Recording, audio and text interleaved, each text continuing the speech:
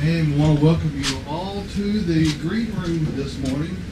We're very glad to have Joanne Smyth here today to talk about Bokashi method of composting. And this is a concept that until recently I really haven't had any knowledge of, let alone information. So I'm really looking forward to hearing what Joanne has to share with us today. So without further ado, Joanne Smyth. Thank you. Welcome everybody. Let me just introduce myself. My name's Joanne. When I moved to Tennessee, it was Joanna. But then I find people have a hard time really understanding. So I lived in South Africa until I was 42, and then I moved to England. And while I was in South Africa, my parents used to do a lot of gardening, the old-fashioned way. We had a great big compost bed, and we used to put all our cuttings in there, and we used to turn it and have the most wonderful fruit trees and vegetables and roses. And then everything changed. We've discovered petrochemical fertilizers, and everything slowly got poisoned, and people's minds got poisoned as well. Instead of going to nature, we just turned towards these man-made products, and now we're finding that the result is that the topsoil that we thought was inexhaustible, and the nutrients that we thought we were putting into the soil, they're just not, it's not working anymore. So what I've done is I've gone full circle. I've gone back to my roots, and I try to farm, I try to grow my vegetables and flowers as organically as possible. There was a gentleman called Dr. Higa, and he is a researcher in agronomy and agriculture, and his dad got very sick. He got cirrhosis of the liver and all kinds of diseases from using petrochemicals. And what Dr. Higa observed was that over the years, the yields had got lower and lower. So he decided to try and find a organic way of doing things. And he came up with a mixture of live microorganisms, which is presented to you in a mixture of molasses and water. And there are 30 different strains of bacteria in here, and they all live together very comfortably. When you buy this, it lasts you for a year. But if you add water to it, you activate it, and you have to use it within 60 days. Okay, but the actual product itself will go for a year. It has a lot of uses. You can dilute it and put it onto the soil directly. You can dilute it and spray it onto your plants as a foliar spray. But what I'm going to talk about today is making bokashi.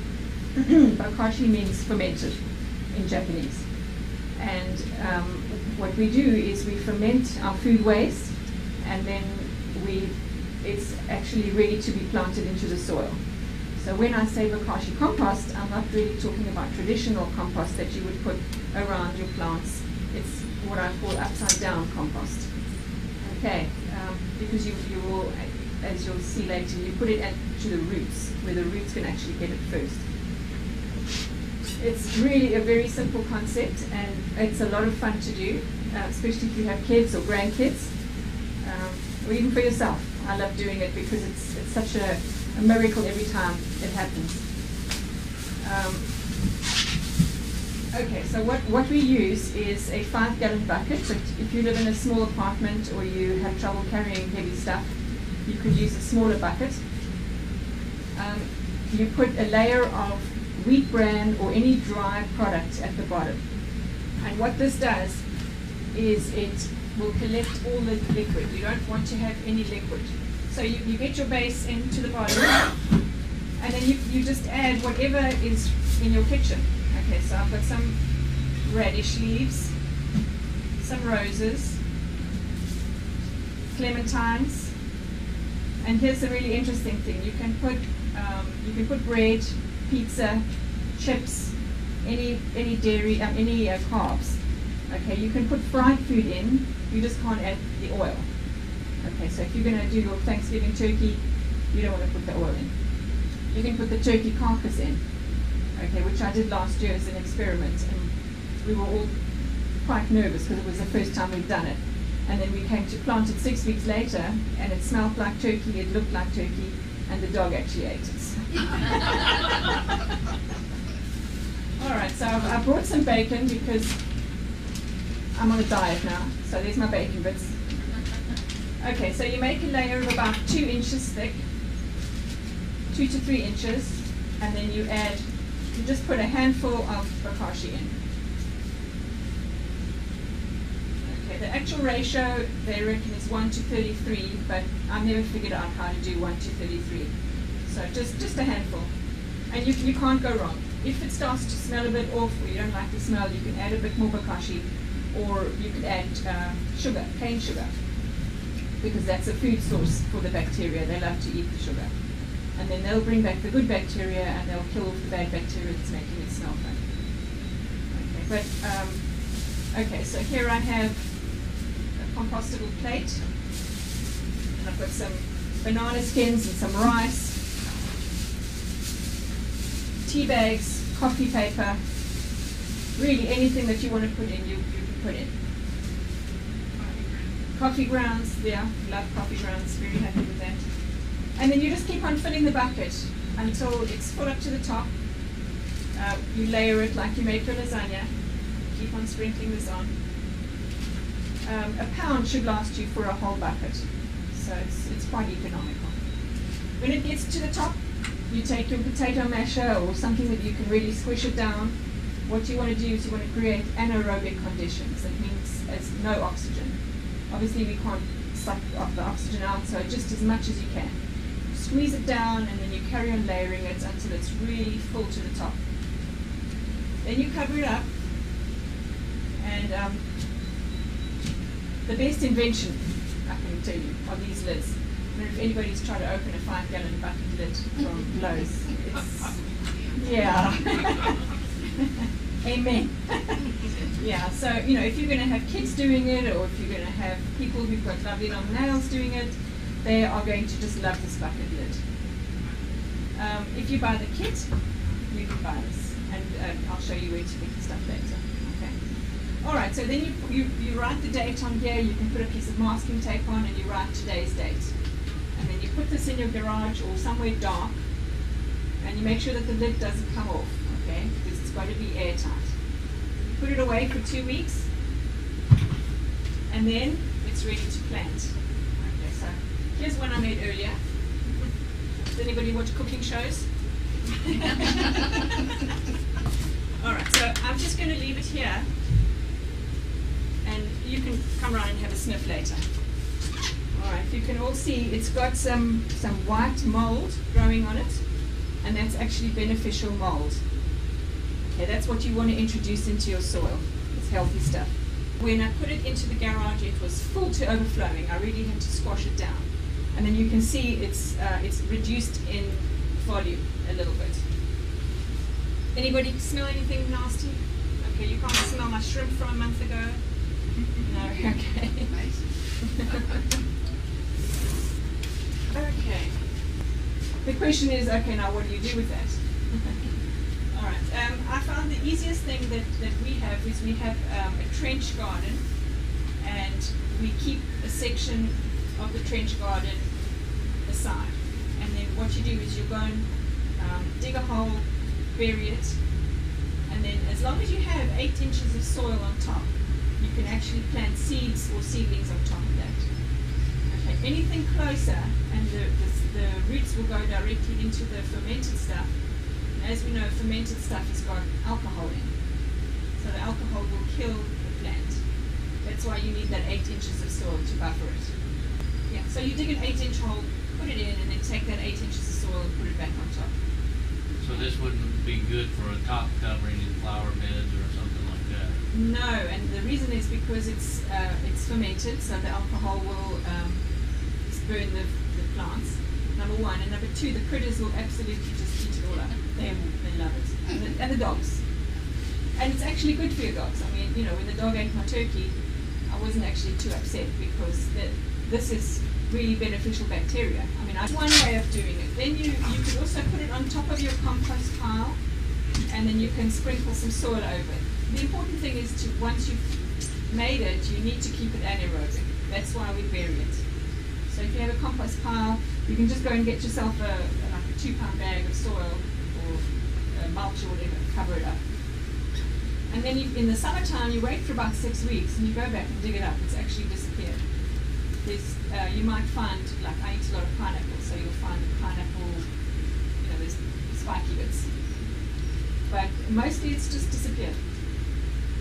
And then you dig that over, you turn that over, and you can go back there and just keep on amending the soil. Or like in the trench, you would dig a hole there, and then the next week you would come back and dig there, and you'd work your way along the trench like that. Or if you were starting a square foot garden, for example, then you could keep, say, 2 squares, and then plant your bokashi, cover it up, and then a couple of weeks later, then it's ready to plant on those 2 squares. And then when you take out your cabbage, when it's finished, then you can dig out that soil, put another layer of bokashi in there, and work your way along. The other thing that you can do is somebody bought a square foot garden kit, and then they spread the bokashi at the bottom, and then make a full layer of soil. Then they cover that up. And that's, or else, I believe we're looking at having compost kits made, compost, what do you call them, bins. Yeah, sort of a 3 foot by 3 foot and 3 foot high. And then you would use that, because the advantage is you don't have to turn this. With your regular compost, you've got to turn it, you've got to weight it, you've got to have 80% this and 20% that. You're not allowed to put eggs in, you're not allowed to put meat in, With this, there's nothing like that at all. Once it's ready to go. And then earlier I said it's upside down compost. And now you understand what I mean when I say it goes to the roots and then it works its way up to the plant. So you can buy this from, there's a card there with a website on there, or we're looking at having this available at Bates Nursery. It comes in a bag like this, 2-pound bag or 5-pound bag, or if you're really keen on getting more of it, you can order a kit, and you could buy a whole drum of this. That will last you a whole year. We have a community garden down in Franklin, and that's what I do. Just buy a couple of drums and then we share it out between us, and it goes a long way. Any questions? So this would be good for like vegetable gardens and so forth? Bury it, put plants on top of it? Absolutely, yeah.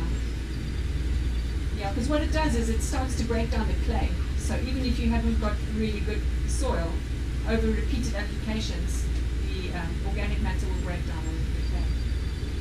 What if you leave it for more than 2 weeks? It's still fine? It's fine, yeah. The thing is, just open it up on the odd occasion and have a sniff. If it smells, I can tell you all the smells. If it smells like dirty feet, or rotten cheese, or if it smells like ferment, like wine that's gone off, then you add more powder to it, or you add more white cane sugar. Okay. What is the fragrance that you want to get? Well, I will pass this around and you can have a sniff. Okay.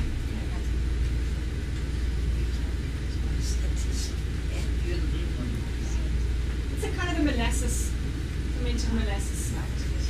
Whatever I'm using. Okay, I think you missed the part where I said it's upside down compost. So you don't put it at the top where the plant is, you have to put it underneath the roots. Okay. So like today, we started building 3 beds. Yeah. And I have dirt in them with no plants. So I should dig a space under it and do it. Yes, so keep a couple of squares open and then just so not to use on established beds. No, because it will burn the roots. Okay. But if you have a space in an established bed where you've taken out a shrub or you've taken out your annuals, then you can dig a hole, and then as long as you cover it up with 8 inches of soil, then you can plant immediately. Okay. In your soil, you already have beneficial bacteria. Those are the things that break down the compost, and then they feed all the other insects, and then the insects feed the plant, and that's how you have your symbiotic relationship with your plant. So what this does is it just adds to the number of good bacteria. So whatever's been happening in your soil will continue to happen. It's just that you're giving it a shot in the arm, basically. And bacteria don't have an indefinite life. I mean, they're just like any other living thing. They will be born and then they'll die. While they're alive, what they do is they metabolize the carbon material in the soil, And then those byproducts are what the plant eats. The byproducts are vitamins, enzymes, hormones. Because it's in molasses, they'll metabolize all the trace elements that are in the molasses. So you're feeding the plant all the time. And if you can add more microorganisms, then it just makes that action better and faster. Is there a point at which I could overlook the feed?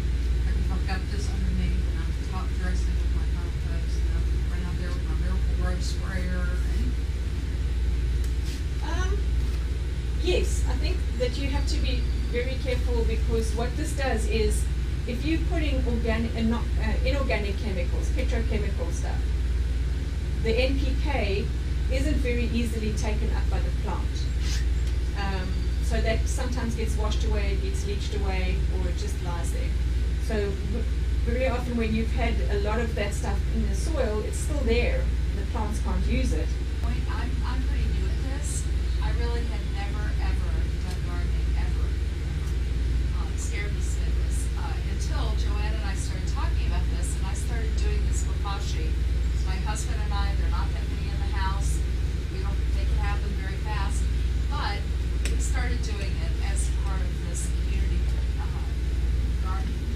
And I think the thing is that you don't really need anything else. It's all the rest of it is superfluous. It's wasted money, spend it buying an extra special plant if you like, and because our garden is just gorgeous. It is amazing. And I realize that being new to this, it may just be my enthusiasm coming out for something new, but I've watched the gardens that people who are trying to grow stuff on the other side of the fence, basically, from our community garden, and it doesn't look like our garden. Even they say, "What are you doing?" Okay, so this is effective microorganisms. It has 30 different strains of bacteria in, as I said. It's got anaerobic and aerobic bacteria in a mix. And if you know much about biology, which I don't, most people say, oh, well, that can't be done. Well, it is done. Okay, so you have lactobacillus in here, which is it kills all the pathogens. So it's like an antibiotic for the soil, except it's for Okay, so if you have any toxic things in the soil, any pests, any fungus that shouldn't be there, the lactobacillus will go to work and clean it out.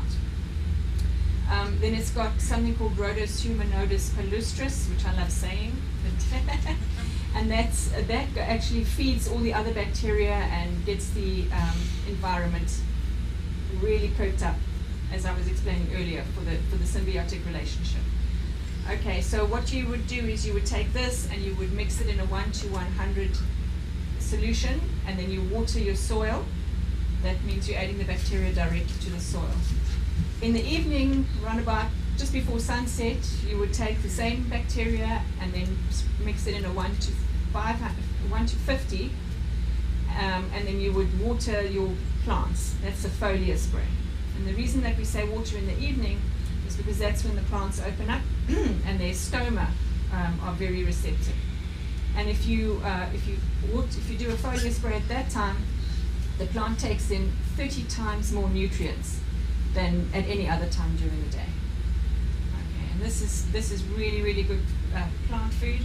Especially, I mix it with fish emulsion, organic fish emulsion, and the two of them together work wonders.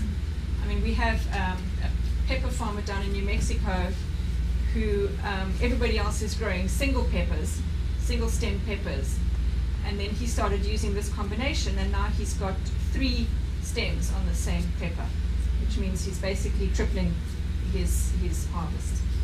She was asking for stuff in the pop bottle. Okay, I'm getting to that. Okay, so this is $23.99, I think, on the internet. Then you have to pay shipping and tax, so it might be cheaper if you buy it here. If you don't want to spend that amount of money, what you can do is you can activate this. Okay, so you would take some molasses and hot water and EM, and you mix it up. You want to put it in a dark green container because that won't get the light in. And then you leave that for about 10 days. And you take the pH, and the pH must go down to 3.5, and then you end up with exactly the same stuff. So really, just for the cost of the molasses, what you've done is you've increased this by 20 times. Okay, you can make your own Bokashi powder if you wanted to. If you didn't want to buy this from this ready-made stuff, you could actually make it. You take this EM again, and you take molasses and hot water, and then you mix it with organic wheat bran, and you let it ferment. You have to put it into a container that's completely airtight and completely in the dark. You put it there for 2 weeks, and you open it up. It's fermented. We can show you. Are we finished now? We can show you what it looks like, and then that's ready to use. You just dry it, and then you've made your own, just for the cost of a little bit of molasses and some wheat bran. Okay. Any questions? Have I confused you by talking about two different products? Okay. And then the last thing you can do, which is this is my brand new experiment. I haven't actually used it yet, but I've looked on the internet, and that's what they say you should do. Is I take EM and molasses, and I'll show you where to find the recipe in a minute. EM and molasses and vinegar and alcohol. You can just use any cheap rubbing alcohol. And then I've got chili peppers and garlic in here, and then that's a anti-insect spray. If anybody's brave enough to want to smell. It actually doesn't smell too bad. It smells like you could make kimchi out of it. So let me pass this around, and you can have a smell of the wheat bran. No, so this is the website that the address is on my card on that pamphlet.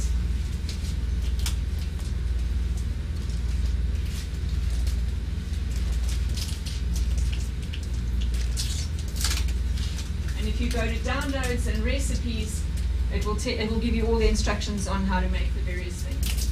The insect repellent that I've made is called EM5.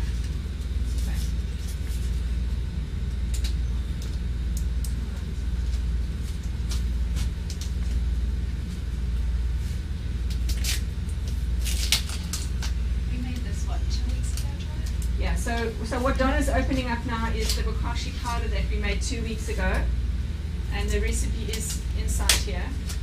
The only thing that I can say is, if it goes wrong, it's very, very nasty. So this is a real experiment. And so I debated about whether to bring it today or not, but I decided, oh well, if it goes nasty, then you'll see what nasty really is. Yeah. So you can see we've packed it with newspaper, with rocks, just to weight it down, and we've covered it in plastic because you really don't want any air to get into it at all. Okay, yeah, that's good. Okay, there's one experiment that I have seen that's busy going at the moment, because this is like a moving target. It's not a fixed science, and this is not the final answer to anything, guys. If you can think of something better, or if you can think of a different way of doing it, or if you just happen to come across it by mistake, then let me know. It'll be great. But there is someone who will take the layer of Bokashi at the bottom, then he'll layer the food, then he'll put the Bokashi powder, and then he takes a layer of soil, just garden soil, and he adds that. And then, so that will then break down in the bucket. So that's what I'm trying next. Yeah, the least expensive thing to do is to get a bottle of EM, and then get yourself some cane sugar molasses, unsulfured, not organic, because there's formaldehyde in the molasses, and the bugs like the formaldehyde for some reason. You would think it would be the other way around, but it works better with it's unorganic.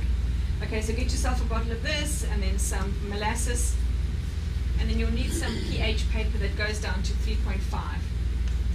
Okay, because if you go to the regular stores or to like a swimming pool store, you won't find the 3.5. It only goes up to about 5. And then you need some wheat bran, and then you're ready to go. You'll find all the recipes online. And if you have any questions, you're welcome to call me at any time. Yeah, I find that if we water every 2 weeks or so with the EM and the fish manure, the plants stand up straight. I mean, they actually look quite different. And we've got it on our roses for the last 2 years. We moved into a new house with some existing roses.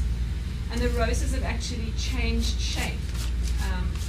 And I was reading somewhere that if you take probiotics internally into your own human body, it will make your genetic expression the way it was meant to be. And then I think that's what happened to my roses, because they are completely different. I mean, they've got bigger, they're more fleshy. You know, they used to be kind of very delicate and floppy, and they've got a lot more fleshy.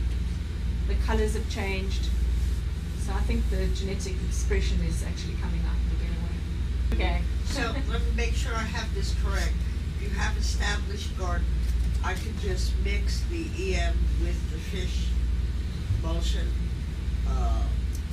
and put it in a sprayer, or Yes. yeah. Yeah, But or a what watering part? can.